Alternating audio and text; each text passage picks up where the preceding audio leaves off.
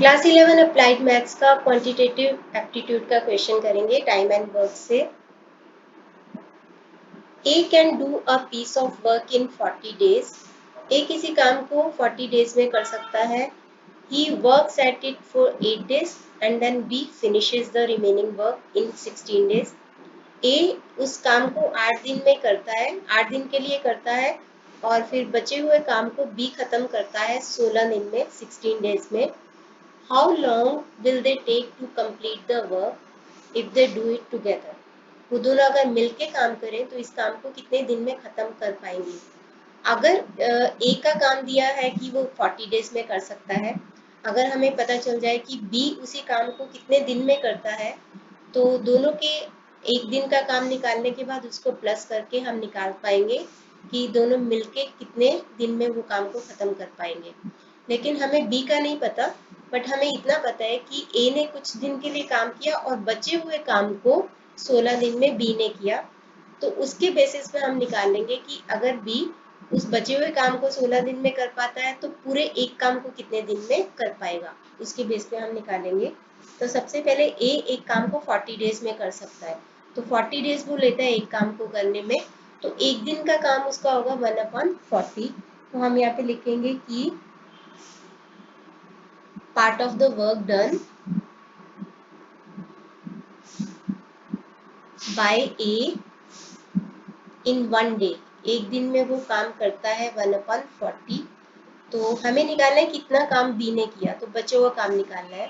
तो उसके लिए हमें निकालना पड़ेगा कि ए ने कितना काम कर चुका है। तो 8 दिन के लिए उसने काम किया, तो एक दिन में 1/40, तो 8 दिन में 8 से मल्टीप्लाई कर दो, तो 1/5 काम वो कर चुका है।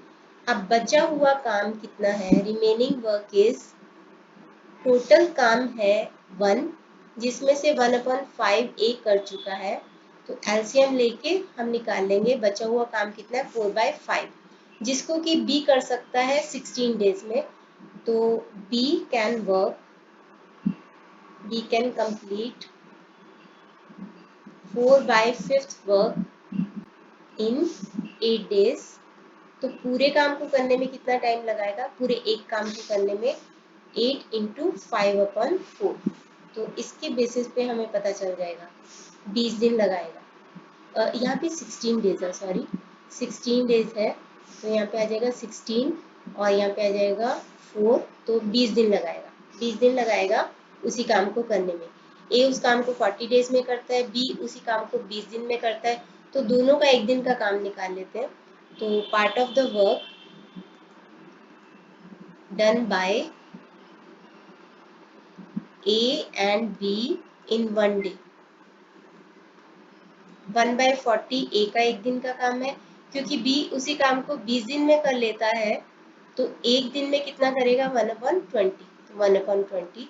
तो दोनों का मिलके कितने दिन लगेंगे, उसके लिए हम यहाँ पे एलसीएम ले लेते हैं 3/40। तो एक दिन में वो दोनों मिलके 3/40 काम कर पाते हैं। तो अगर वो 3/40 काम कर पाते हैं तो टाइम टेकन हम इस हिसाब से निकालेंगे कि अगर 3/40 काम वो कर पाते हैं एक दिन में दोनों मिलके, तो पूरा एक काम कितने दिन में कर पाएंगे, 1/3/40। तो 1 × 40/3, ये आ जाएगा आपका 13 एंड 1/3 डेज लगाएंगे वो उसी काम को इकट्ठे मिलके करने में।